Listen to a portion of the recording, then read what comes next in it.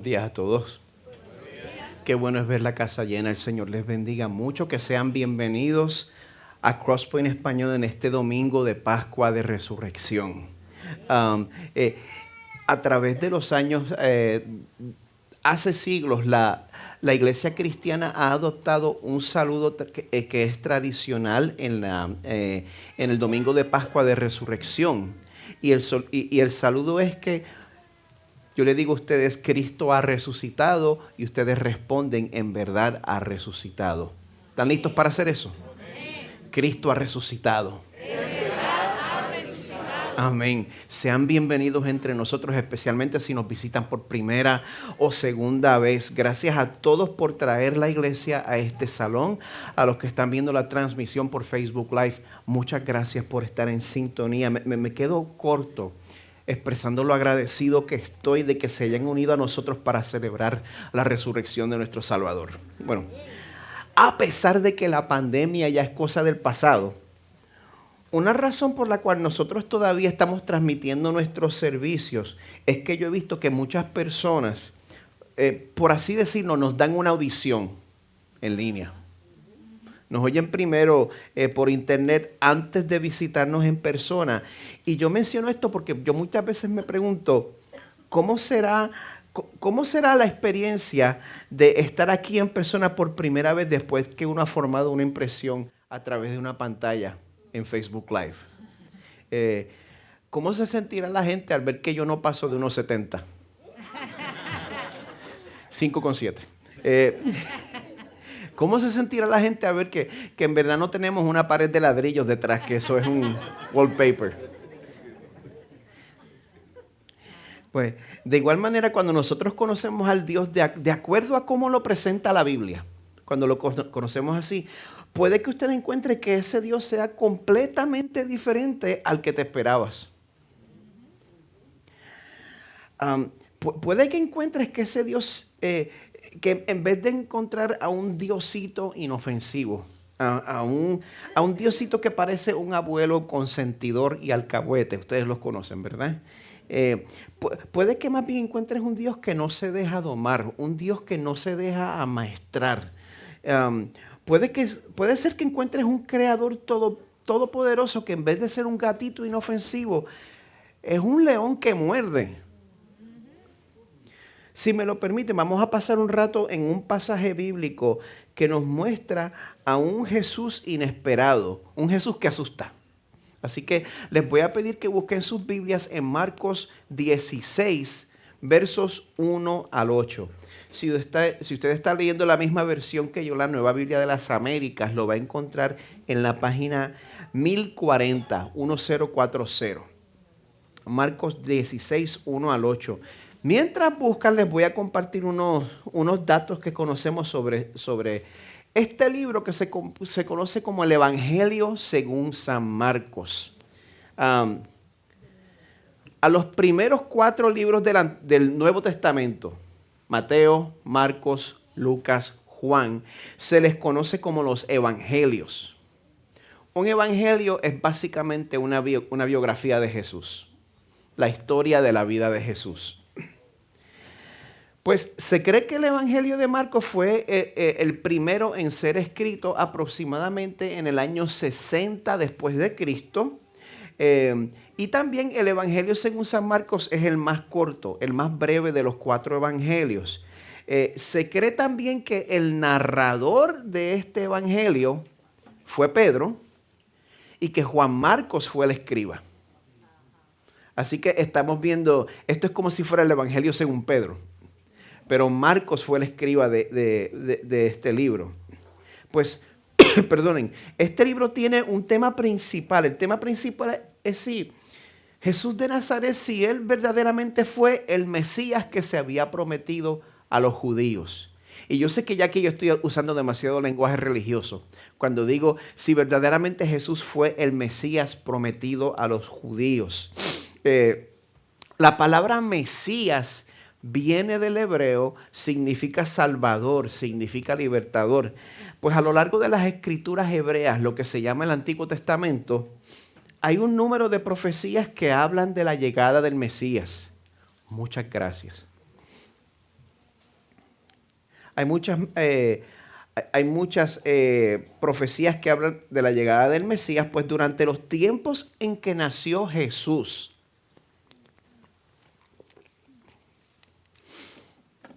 la nación de Israel estaba siendo ocupada por el Imperio Romano. Los judíos no podían gobernarse a sí mismos, estaban siendo ocupados por el Imperio Romano durante el primer siglo, y por esa razón la esperanza del pueblo judío era que el Mesías iba a llegar como un libertador político, como un caudillo. Un caudillo que iba a derrocar al Imperio Romano y que iba a restablecer el reino de Israel en todo su esplendor, como en los días de David. Eso era lo que todos esperaban. Así que el libro de Marcos procura contestar esa pregunta sobre Jesús. ¿Es Jesús verdaderamente el Mesías que había sido prometido? Bueno, desde el principio de ese libro, la impresión del autor se nota a leguas. Porque cuando usted va a Marcos 1:1, lo primero que usted lee es el Evangelio de Jesucristo, Hijo de Dios.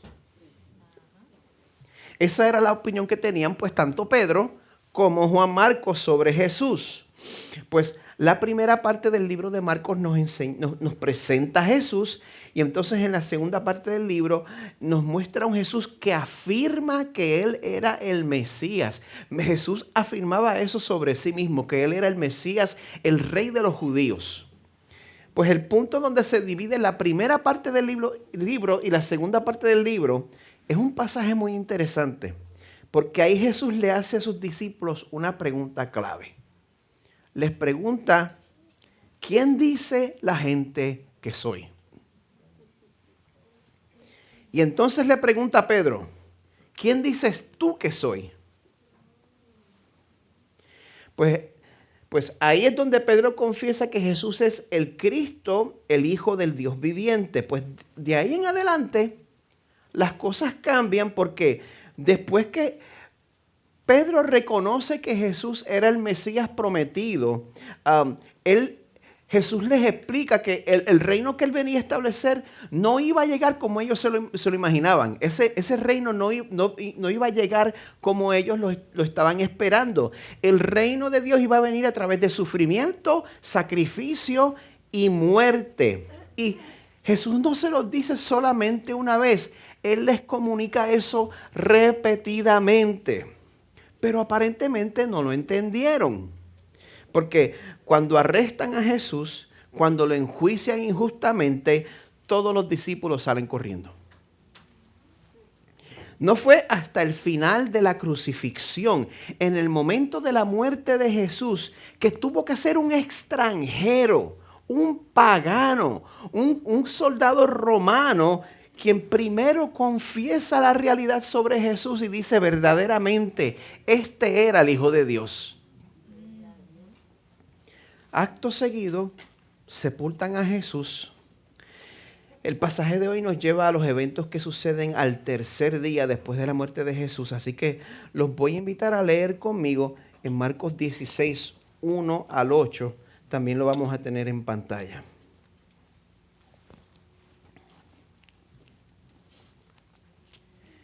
Dice así la palabra del Señor. Pasado el día de reposo, María Magdalena, María, la madre de Jacobo, y Salomé compraron especias aromáticas para ir a ungir el cuerpo de Jesús. Muy de mañana, el primer día de la semana, llegaron al sepulcro cuando el sol ya había salido. Y se decían unas a otras, ¿quién nos removerá la piedra de la entrada del sepulcro? Cuando levantaron los ojos, vieron que la piedra, aunque era sumamente grande, había sido removida. Entrando en el sepulcro, vieron a un joven sentado al lado derecho, vestido con ropaje blanco, y ellas se asustaron. Pero él les dijo, no se asusten. Ustedes buscan a Jesús el Nazareno, el que fue crucificado. Ha resucitado, no está aquí. Miren el lugar donde lo pusieron. Pero vayan, digan a sus discípulos y a Pedro, Él va delante de ustedes a Galilea. Allí lo verán tal como les dijo. Y saliendo ellas, huyeron del sepulcro porque un gran temblor y espanto se había apoderado de ellas y no dijeron nada a nadie porque tenían miedo. Palabra de Dios para nosotros. Padre que estás en los cielos, gracias por lo que hizo Jesús en la cruz por nosotros. Gracias, Señor, porque hoy podemos celebrar tu aprobación de lo que Jesús hizo, Señor, tu satisfacción con lo que hizo Jesús, con lo que Él logró. Podemos celebrar hoy, Señor, cómo tú demostraste esa aprobación resucitando a Jesús de entre los muertos. Gracias, Señor, porque esa realidad nos da esperanza hoy en día. No importa cuáles sean las circunstancias que estamos pasando, no importa lo que estemos enfrentando, Señor. La resurrección de tu Hijo nos da esperanza. Espíritu Santo, ablanda los corazones, abre los ojos, abre los oídos. Ayúdanos a darnos cuenta del amor eterno e irrevocable que tú tienes por los que confían en Jesús, en cuyo nombre oramos.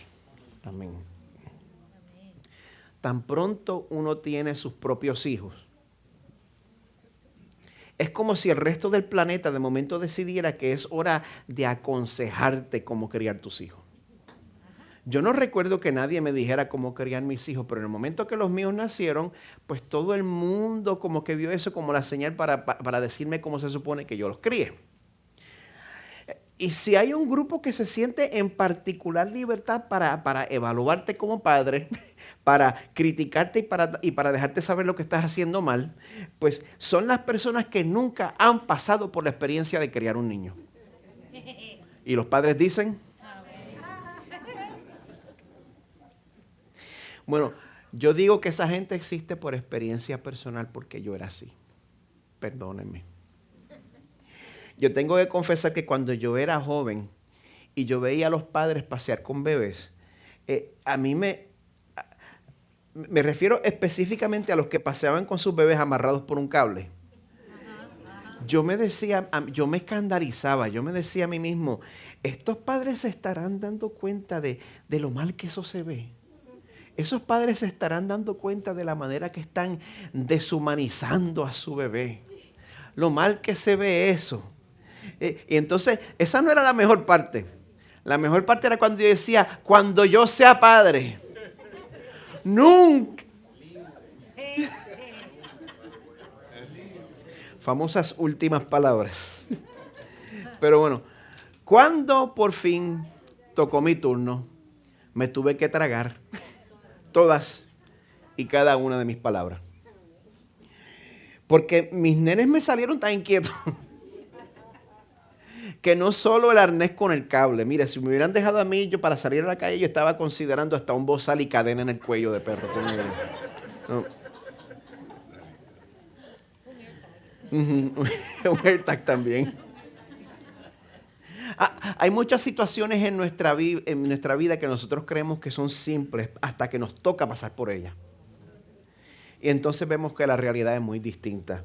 Pues si usted está investigando quién es este Dios que nosotros adoramos, yo quiero advertirle, no se deje llevar por lo que la sociedad o por lo que los medios le estén enseñando sobre Dios.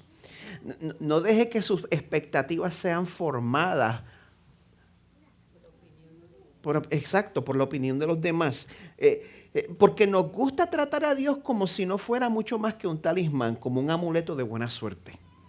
Pero el Jesús que nosotros conocemos en la Biblia, el Dios verdadero, no es el hippie flaquito pelirrojo que vemos en las pinturas. No, es el Jesús que vemos en Apocalipsis 19. Dice, de su boca sale una espada afilada para herir con ella a las naciones y las regirá con vara de hierro.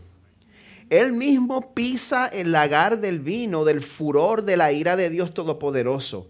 En su manto y en su muslo tiene un nombre escrito, Rey de Reyes y Señor de Señores. Ese es un Jesús que quizá usted no conoce tanto. Así que si no lo ha conocido todavía, en esta mañana yo quiero presentar un Jesús diferente, un Jesús que no se deja controlar. Un Jesús que toma nuestras expectativas, las pone boca abajo y nos muestra que este Jesús perturbador es el Jesús verdadero. ¿Qué le puedo decir? Vamos a encontrar el corazón del mensaje de esta mañana en los versos 6, 7 y 8 del pasaje que leímos. Vamos a comenzar ahí mismo en el verso 6, donde el autor nos invita a contemplar el poder de Dios. Y les propongo que vamos a encontrar un Dios tan poderoso que nos debería desconcertar. Pues en esta parte del pasaje, las mujeres que se dirigían a la tumba para cumplir un rito, para ungir el cadáver de Jesús. Pues ellas terminan encontrando un joven vestido de blanco sentado en una tumba donde ese cadáver no estaba, en una tumba vacía. Y vemos en el verso 6, dice, Él les dijo, no se asusten, ustedes buscan a Jesús el Nazareno, el que fue crucificado. Ha resucitado, no está aquí. Miren el lugar donde lo pusieron. No es complicado. El punto es obvio. El punto que se cae de la mata es que solamente un Dios lleno de poder puede haber resucitado a Jesús de entre los muertos. Nosotros creemos en un Dios que tiene poder para resucitar los muertos. Decimos eso rapidito, no nos podemos a pensar en lo que eso implica. Los cristianos creemos en un Dios que es poderoso para resucitar los muertos. Pero si nosotros en verdad vamos a afirmar esto, si nosotros en verdad vamos a afirmar que la resurrección no es un símbolo, porque la gente pues ve eso y no puede con eso y dice, no, la resurrección eso no es literal, es un símbolo para que nosotros creamos en la resiliencia del espíritu humano, bla, bla, bla. No. Si nosotros vamos a afirmar que la resurrección no es un símbolo, sino un evento que tomó lugar dentro de la historia, pues hay que admitir que nosotros afirmar la resurrección de Jesús, eso debe desafiar nuestros intelectos, ¿verdad? Debería. Sinceramente, yo no he visto todavía a alguien resucitar de los muertos en persona. Yo no lo he visto todavía. Yo me doy cuenta que proponer que nosotros creamos en la resurrección de Jesús sin haber estado allí, yo me doy cuenta que proponer eso es mucho pedir. Pero yo también creo que este pasaje nos muestra evidencia de que la resurrección fue un evento verdadero, que esto no fue algo que los discípulos se inventaron, porque el que quiere inventarse una leyenda no se molestaría en documentar las pruebas. Pero Marcos documenta el pasaje con la intención de que fuera considerado como un evento histórico. Digo eso porque en el pasaje él utiliza testigos oculares, testigos que todavía estaban vivos cuando el libro fue escrito, gente que podía corroborar que lo que Marcos escribió era verdad. Pero lo más interesante es que la Biblia hace algo que nadie en los tiempos de Marcos se le hubiera ocurrido hacer. Vamos a quitarnos nuestros lentes del siglo XXI. Vamos a ponernos el lente del siglo I. Marcos utiliza mujeres como testigos principales. Y eso es algo que a nadie se le hubiera ocurrido. Marcos las identifica. María Magdalena, María la madre de Jacobo y Salomé. Pues para ese tiempo esto no era un asunto religioso. Tanto dentro del judaísmo como dentro de la sociedad greco-romana. La palabra de una mujer era despreciada. Ni siquiera era considerada como legalmente admisible. Pero a Dios no le importa el clima cultural del tiempo. Él utiliza el testimonio de estas mujeres para mostrar, número uno, que Dios ama al marginado. Para mostrar que Dios afirma la dignidad de la mujer y para mostrar la realidad de que la mujer refleja la imagen de Dios 100%. Yo podría pasar más tiempo tratando de convencerle de que la Biblia presenta un argumento sólido para la resurrección de Jesús, pero para que alguien crea que los muertos resucitan, yo necesito más que un buen argumento. Se necesita el poder de Dios. Porque la fe es un regalo, se necesita el regalo de la fe, se necesita un milagro. Y sinceramente, si nosotros no tenemos plena confianza de que Jesús resucitó de los muertos, ¿qué hace usted aquí? ¿Para qué se levanta temprano? ¿Para qué se baña y se viste? El día está hermoso, la playa está a 45 minutos. En verdad. Si nosotros no tenemos plena confianza en ese hecho, ¿qué hacemos aquí? Primera de Corintios 15 nos dice que estamos perdiendo el tiempo si no creemos en la resurrección. Si los muertos no resucitan, entonces ni siquiera Cristo ha resucitado. Y si Cristo no ha resucitado, la fe de ustedes es falsa. Todavía están en sus pecados. Entonces también los que han dormido en Cristo, una manera poética de decir los que han fallecido, los que han dormido en Cristo están perdidos. Si hemos esperado en Cristo para esta vida solamente, de todos los hombres somos los más dignos de lástima. O sea que el Señor es nuestra esperanza eterna o no es nada. No hay nada en el medio. Y bueno, si nosotros no somos los únicos nosotros no somos los únicos que necesitamos que Dios nos dé fe. A principios del primer siglo, la raza humana tenía el mismo cerebro que nosotros tenemos ahora. En esos tiempos era igual de difícil creer en la resurrección como lo es ahora. Vamos a volver al capítulo 16 de Marcos, vamos a volver al verso 1. Dice que pasado el día de reposo, María Magdalena, María, la madre de Jacobo y Salomé compraron especies aromáticas para ir a ungir el cuerpo de Jesús. ¿Esperaban ellas encontrar un Jesús resucitado? Absolutamente no. ¿Les había dicho Jesús en su vida que él iba a resucitar? Absolutamente sí. A lo largo del libro de Marcos, Jesús profetiza constantemente que lo iban a matar y que le iba a resucitar al tercer día. Pero nadie estaba esperando que eso sucediera. Las mujeres no esperaban encontrar a un Jesús vivo, ni siquiera esperaban encontrar la tumba abierta. Muy de mañana, el primer día de la semana, llegaron al sepulcro cuando el sol ya había salido. Y se decían unas a otras, ¿quién nos removerá la piedra de la entrada del sepulcro? La resurrección de Jesús fue un shock para ella y lo es para nosotros hoy en día. Y de hecho, en ese tiempo se levantaron muchos movimientos mesiánicos falsos. Pero aprecie esto, escuche esto. Esos movimientos se desvanecían cuando el Imperio Romano capturaba y ejecutaba a sus líderes. Pero el cristianismo nació y floreció precisamente por la muerte de su fundador. Ahí hay una diferencia.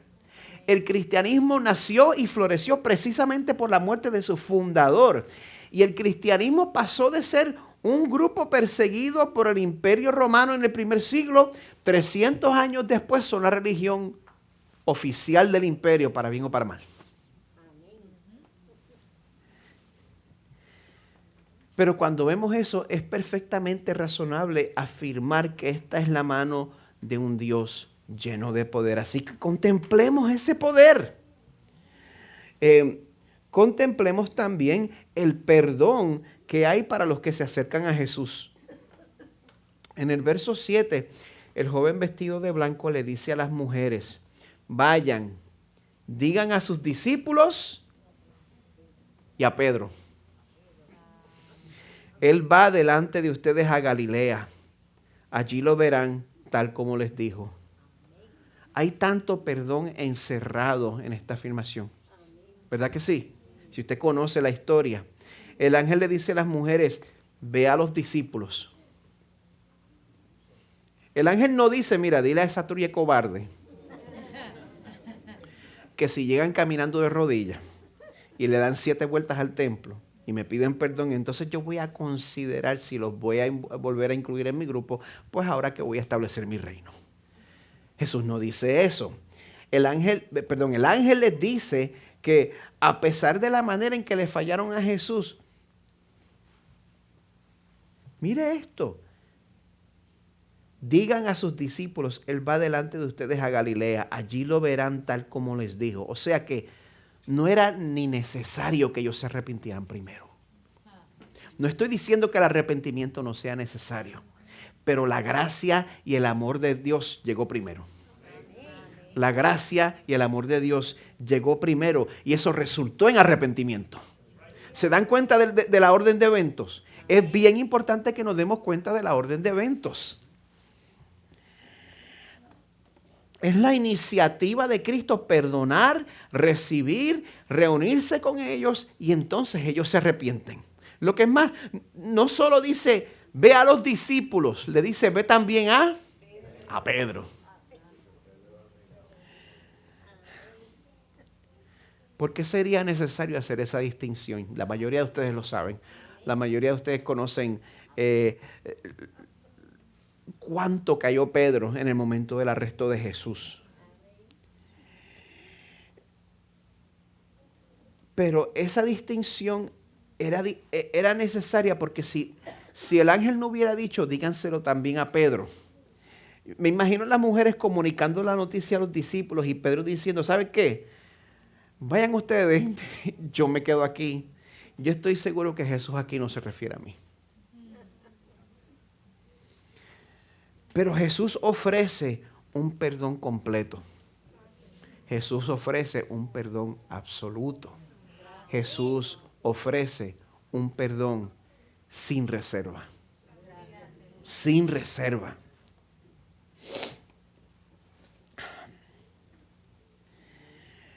Así que a Pedro, que era el que probablemente se sentía peor dentro del grupo, Jesús le ofrece ese perdón completo. Y ese es el mismo perdón que ofrece hoy a cualquiera que se le acerque. Amén. Así que déjame preguntarte, ¿tú sientes que has ofendido a Dios más allá de lo que puedes compensar? ¿Has pecado en contra del Señor más allá de lo que puedes compensar? Es precisamente a ti quien Dios llama. Y en Juan 6 Jesús dice, todo lo que el Padre me da vendrá a mí, y al que viene a mí, de ningún modo lo echaré fuera. Aprovecha esa oferta.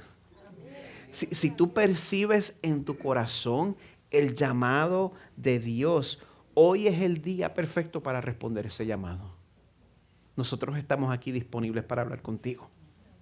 Ahora, volviendo a esto, si mi intención fuera inventarme una religión, en este punto yo lo terminaría todo. Yo añadiría una escena final. El grupo entero se encuentra, todo el mundo se da un abracito y todo el mundo pues canta un numerito musical coreografiado mientras los créditos corren. Pero eso no es lo que encontramos aquí. Esa no es la manera en que termina este pasaje. A pesar de las palabras del ángel, a pesar de las instrucciones específicas que da el ángel, la reacción que vemos es que estas mujeres, igual que como los discípulos, salieron corriendo. Salieron corriendo de la tumba, dice el verso 8, saliendo ellas, huyeron del sepulcro porque un gran temblor y espanto se había apoderado de ellas y no dijeron nada a nadie porque tenían miedo. Muchas veces nosotros hablamos de cuánto nosotros anhelamos experimentar la presencia del Señor. Muchas veces no sabemos de lo que estamos hablando. Si Él se manifestara en su poder y gloria, y nos daríamos cuenta de que Dios es real y que es temible y que no es inofensivo. Y por eso a lo largo de la Biblia, la reacción consistente de la gente cuando tenía un encuentro con Dios era aterrorizarse. Yo por mi parte estoy agradecido de que Dios no se haya revelado a mí de esa manera. Porque la santidad del Señor puede ser traumática. Pero en esta mañana mi deseo es que comprendas que Dios es santo. Que a través de la palabra de Él tú te des cuenta de eso. De que Dios es tan grande, de que Dios es tan santo, que no hay manera en que nosotros lo podamos impresionar. Aún con nuestro mejor comportamiento. Y esa es la cosa, tantas veces que tratamos de hacer eso. ¿Verdad que lo hacemos? Porque las semanas en que nos portamos mejor, pues llegamos a la iglesia, estamos listos para cantar. Las semanas en que alguien me hizo un corte en la I4 y yo le toqué la bocina y le dije un par de cosas y le dije para dónde irse. Entonces ese domingo llego a la iglesia y quizás estoy por allá atrás. No estoy diciendo nada de los que están por allá atrás. Quedé espacio aquí al frente. Pero nosotros no impresionamos a Dios con nuestro mejor comportamiento.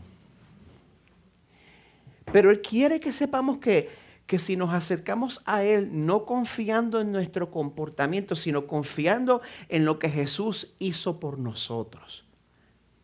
Estábamos observando eso el viernes pasado, lo que Jesús hizo por nosotros. Si nos acercamos a Él no confiando en nuestras propias obras, nuestros propios intentos, nuestro propio activismo social, ni nada por el estilo. Si nos acercamos a Él confiando en lo que Jesús hizo por nosotros en la cruz, Él nos ofrece un perdón que es entero y absoluto.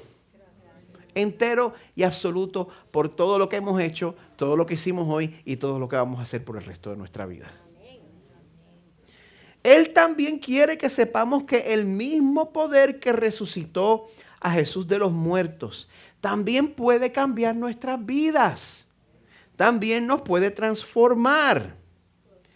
Mucho más de lo que nosotros mismos estamos dispuestos a cambiar. Así que al ver el poder y la majestad de Dios, nosotros podemos reaccionar de dos maneras. Podemos ver ese poder y santidad pues como algo sobrecogedor y reaccionar como las mujeres, salir corriendo. Pero también puedes ver ese poder y esa santidad como algo que puede cambiar tu vida para siempre. Así que si no has recibido a Jesús como tu Salvador, si no has recibido a Jesús como el líder de tu vida, pausa. Pausa. Tu eternidad está en juego. Considera todo lo que Dios te ofrece a través de Jesús. El autor Jeff Vanderstelt, en su libro titulado La vivacidad del Evangelio, escribe lo siguiente. Miren lo que Jesús ofrece. A través de la fe en la vida y muerte de Jesús, hemos sido limpios de toda iniquidad y nos hemos convertido en habitaciones santas de Dios. Eso es lo que Dios decreta sobre gente imperfecta como nosotros. A través de la fe en la vida y muerte de Jesús, hemos sido limpios de toda iniquidad, nos hemos convertido en habitaciones santas de Dios. Dios no habitará en una persona que no sea santa. Pero por causa de la obra de Jesús, somos declarados justos y santos por la fe en Jesús. Y ahora el Espíritu Santo habita dentro de todos los que son suyos.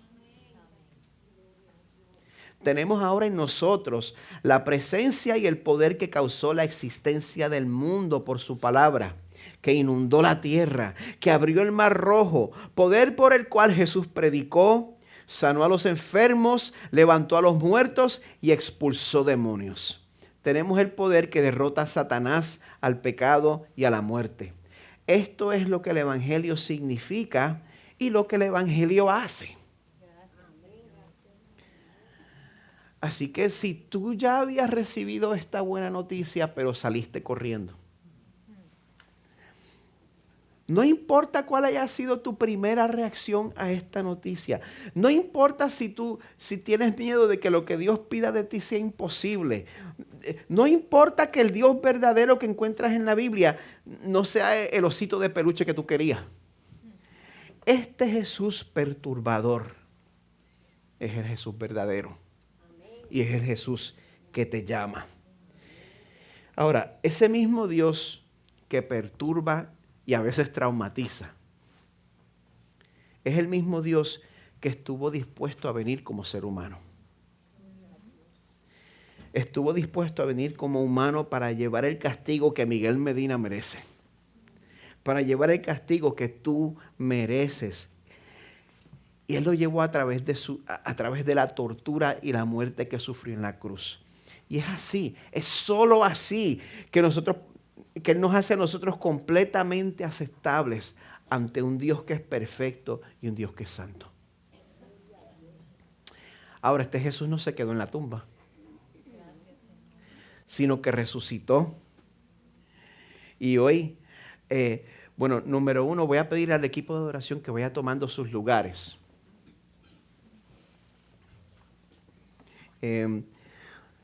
Yo sé que es fácil durante esta transición uno distraerse con todo lo que está sucediendo. Les voy a rogar que mantengan su concentración en lo que el Señor les está diciendo en este momento. Les decía que este Jesús no se quedó en la tumba. Este Jesús resucitó. Hoy, a través de ese poder, te llama a que creas en Él y a que te arrepientas. Si no lo has hecho, Él te llama hoy a que creas en Él y a que le des un giro de 180 grados a tu vida. Pero Él no nos dice eso y después nos deja solos. El Señor ciertamente quiere que le obedezcamos y sigamos sus mandamientos, pero el Señor también nos da el poder para poder vivir esa vida nueva a través de su Espíritu. Así que yo quiero dar una oportunidad a que todos respondamos a ese llamado, ya sea que lo hayas hecho antes y hoy estás celebrando la resurrección de Jesús. Vamos a estar de pie, vamos a responder cantando con nuestras voces al Señor. Por alguna razón le agrada eso en específico. A través de la Biblia, Dios dice que a Él le gusta que su pueblo le cante. No importa qué voz tenga usted puede tener la voz como la mía y el Señor le sigue gustando. Pero vamos a responder esta palabra cantando al Señor con nuestras voces. Pero si esta es la primera vez en que el Señor está poniendo en su corazón confiar en Él, después de este tiempo, por favor, no deje que este día pase. Yo estoy disponible para hablar con usted y no deje pasar esta oportunidad. Y yo no soy el único que está disponible para hablar. Toda persona que levante la mano también está disponible para hablar con usted. Así que vamos a responder a lo que el Señor nos ha traído en esta mañana. Y no continuemos con la vida como ha sido hasta ahora, mientras el Señor nos da la oportunidad. Vamos a cantar a nuestro Salvador.